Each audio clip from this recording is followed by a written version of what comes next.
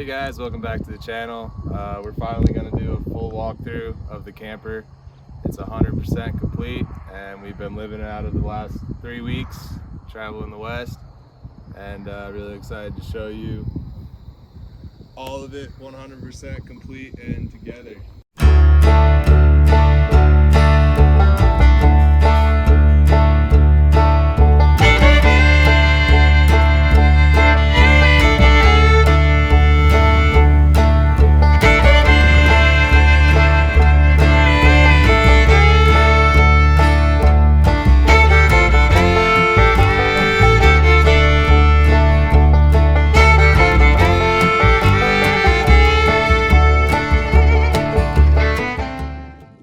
Might as well start with the top.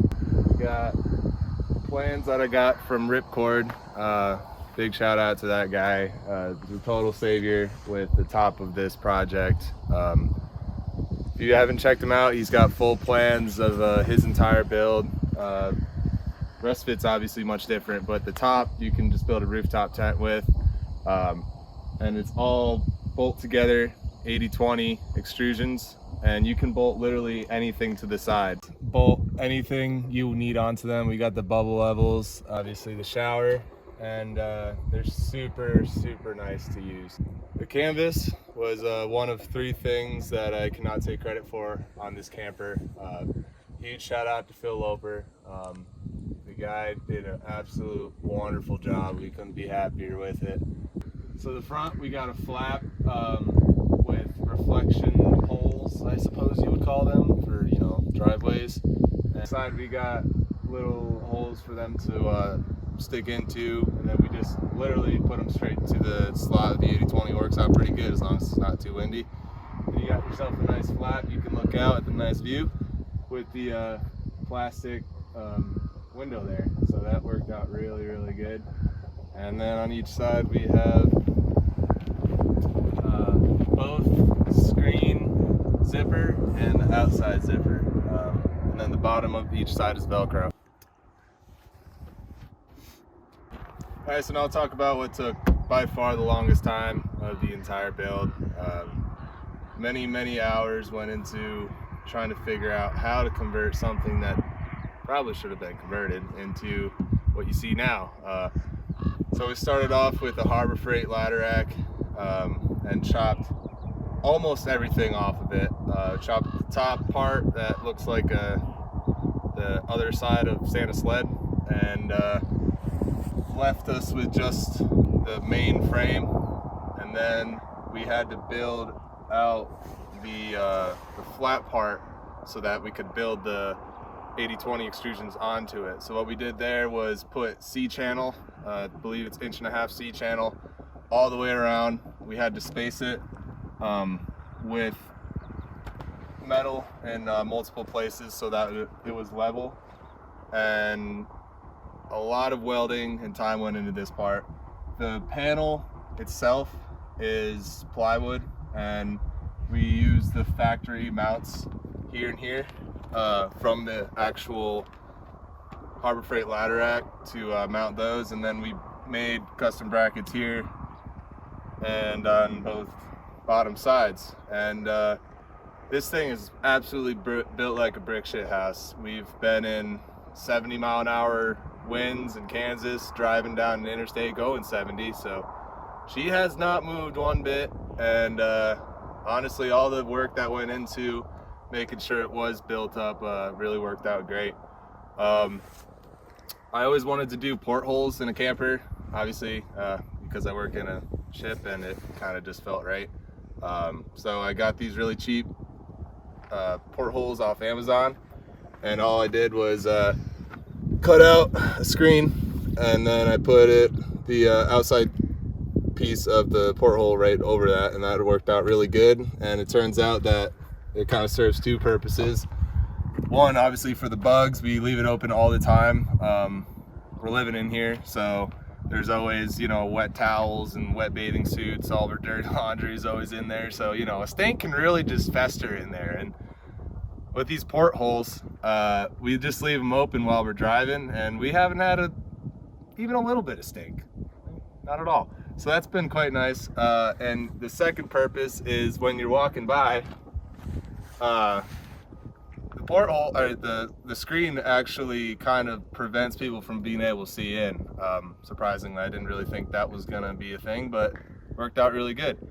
The rear end here, I think, was probably the second hardest part of the camper, besides the hatch. The hatch probably was being the most difficult.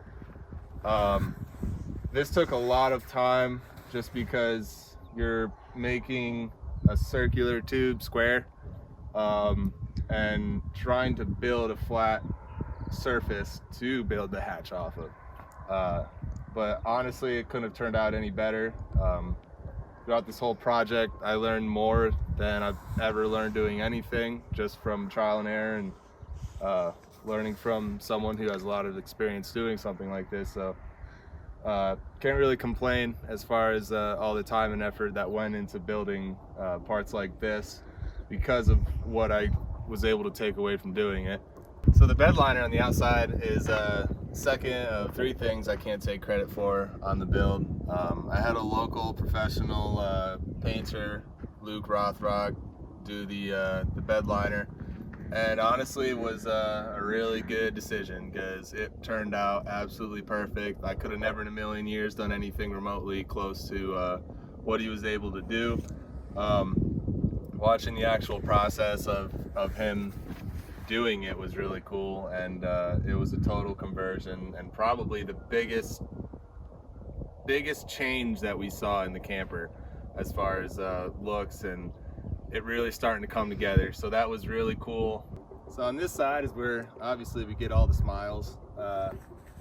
Had a lot of help with the shower, and it turned out to be kind of like the finishing bow tie, if you will, of the whole. So I have my good friend Brad with Central Garage and Machine designed the brackets for the shower, and they literally could have turned out any better. Looks 1,000 times better than anything that could have been bought from the factory.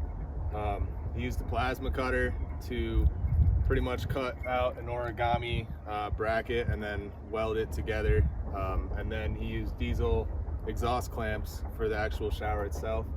So did an absolute killer job, and that was an awesome surprise. If anyone needs any custom metal fabrication work, check him out on Facebook. Also had a good friend Scott do the vinyl on the outside, which is just, you know, perfect. It totally fits the truck, it fits us, and it gets a lot of smiles for sure. I haven't actually used these yet. Kind of one of those things that it's good to have them, because if you have them, you won't get stuck. If you don't have them, you will get stuck, is my belief. So what I used to mount those was threaded inserts with carriage bolts. It's quite a lot of wood to bolt to, and I didn't want to bolt all the way through because then you're going to have bolts showing in the inside, which is not ideal. So use some threaded inserts, some silicone, seal it, and that works out really good. It's both difficult to get off, so if you're getting them off every day, then you're doing something wrong, is kind of what I believe.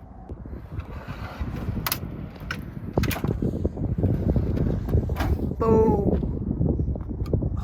Alright, so this is probably my favorite part of the whole camper, something we use every single day, and definitely the most fun part of the camper to build. Got these massive 5-foot drawer slides that I'm sure a lot of you have seen if you've looked at other builds on YouTube. Got them from Solid Woodworks. They're definitely solid. 500 pounds locking drawer slides, perfect for what we're doing. Have zero complaints on them whatsoever, and honestly, as far as I've seen, they're the only drawer slides that you can find for, you know, 5 foot. So that worked out really good. We got a drawer in a drawer. I like to call it the Russian doll of drawers. This part turned out really sick because if you look at the front, it's all one sheet of birch veneer, and I cannot take credit for that because I don't have quite the steady hand, but it really looks cool because all the grain matches, and it looks like a solid drawer until you pull it out, and it ain't. Pretty cool. So that turned out really good. It's got locking. It locks into place on the bottom of the stove, and then it's got a vent hole for, you know, all the ventilation you need. And that turned out absolutely perfect. We've been cooking every single day with it, having zero issues with heat or any problem like that. So that's worked out really good. And it takes about 5 seconds to set up. Literally just take the neck, put it in here, put your propane on, and you're cooking. It's like freaking dream come true. Very cool cutting board that kind of has a cool history in the family. So turned out perfect for the camper. And below that we got these overlay hinges so that it just kind of stays open, and then the full works of everything we need every day. It turned out really, really good, and honestly it's been a dream as far as cooking every day and keeping things organized. So behind that we got a massive countertop, iron-on edges. So this is actually another birch veneer sheet of plywood that we did the iron-on edging so that it looks nice and professional and like a regular old countertop. You couldn't tell that it's just a sheet and iron-on edging. So that turned out really good. Again, we got overlay hinges which actually stay open in pretty good winds, so that's worked out really good. Super cheap from Amazon. So we got full propane storage, and we always keep that fully stocked. And also got our butane. So we got all of our coffee stuff, all of our pantry stuff, and we're good to go as far as that goes. It's fit everything we've needed for about a week, and that's all you really need. So that's been absolutely perfect. Those are locking. All you do is press them down. Good to go. Got a ton of storage. The actual countertop is I think the prettiest part of the camper. Every night that we sit in here and eat, it's kind of the centerpiece, and really draws everything together. Was able to get a nice thick sheet of hemlock. We planed it down, put epoxy in the cracks, and sanded it, did a nice round over edge, and it turned out perfect. Lots coats polyurethane. It's been super waterproof. We've gotten it wet, gotten stuff on it, and it just wipes right off. It's like it's not even wood. Feels like a baby's bum.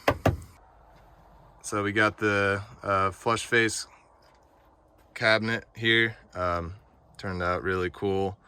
Everything on this side all lines up with the side of the bed, which was exactly what I wanted, because if you don't, then you're obviously losing storage space, and then your dividers in your storage stuff can just kind of go from one compartment to the next. So I wanted everything to just kind of fit nice and flush to the side of the bed, which took a lot of work, but was definitely worth it. So we got push button latches here, got all of our cleaning supplies up top, all of our pots and pans down below, and it's been plenty of room for everything we need. So another one of my favorite parts of the build, which is kind of a secret little table here, mahogany table. So that worked out really good. We built like kind of custom slides for that just out of wood, and ripped the same size width to have it something to slide into. So that worked out really cool. Beautiful piece of mahogany, kind of accents against all this pine. Been using that every day to eat on, and been real nice. And it just sits nice and flush in there, so you don't even see it. Super cool. Of course, gotta have the bottle opener. Down in the middle here, we got our power station. Jackery 500 amp hour battery. It's been absolutely perfect, no complaints. This is actually the lowest it's ever been running.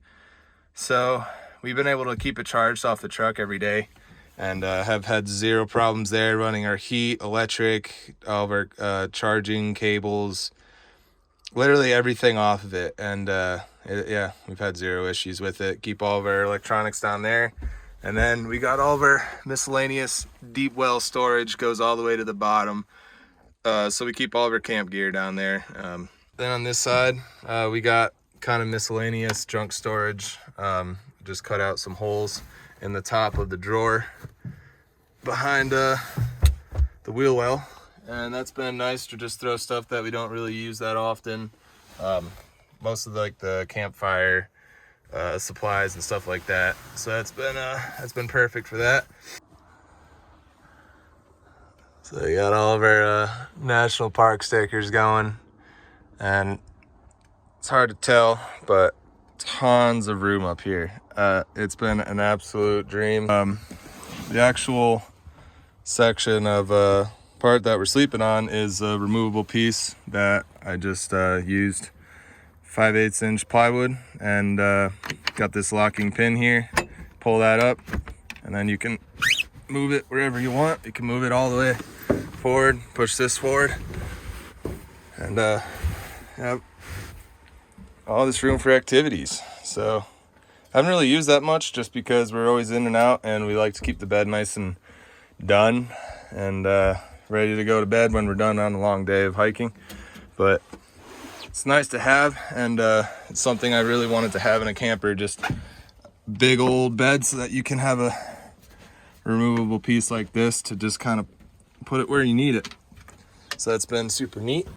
So the inside of the camper itself is all insulated.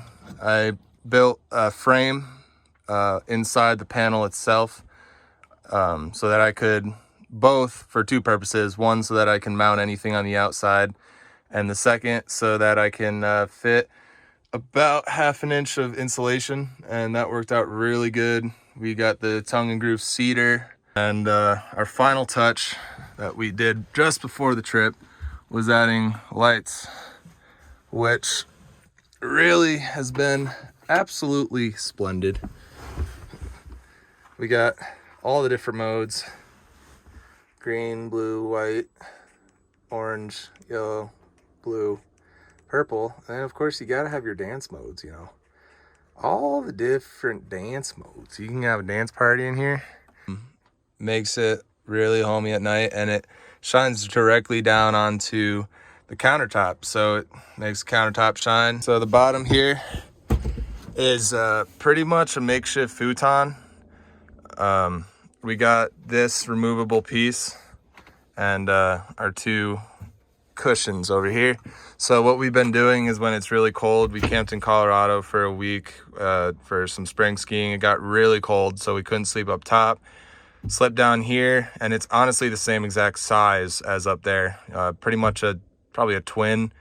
And I'm 6'4", and I was just about able to sprawl out with the setup we have down here. So that's super nice. And this is pretty much our garage storage.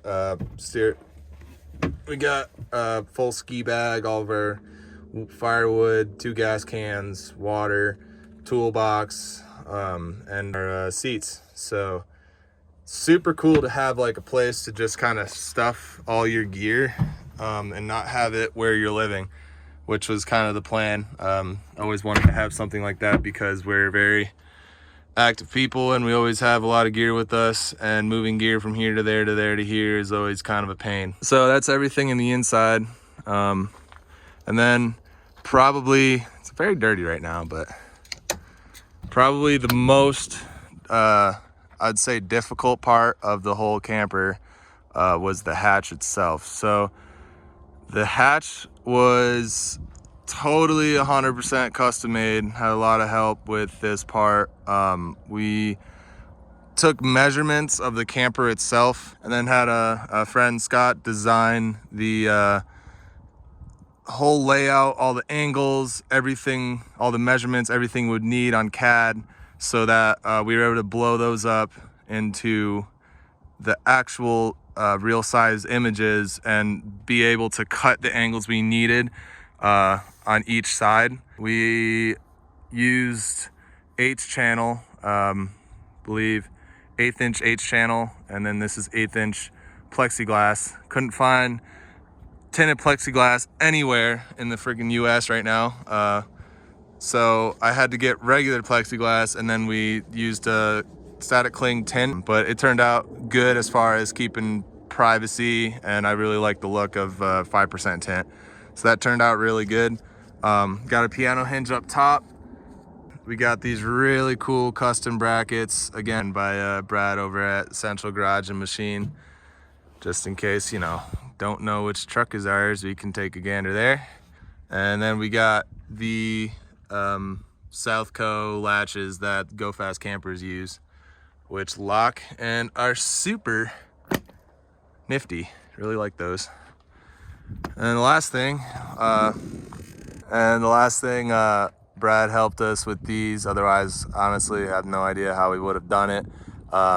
He used CAD to figure out what the measurements of fully open would be on the hatch and then fully closed, so that we can get a good arc for the opening and closing of the hatch. And that worked out really good. We made these brackets just with the angle grinder and then rounded them off.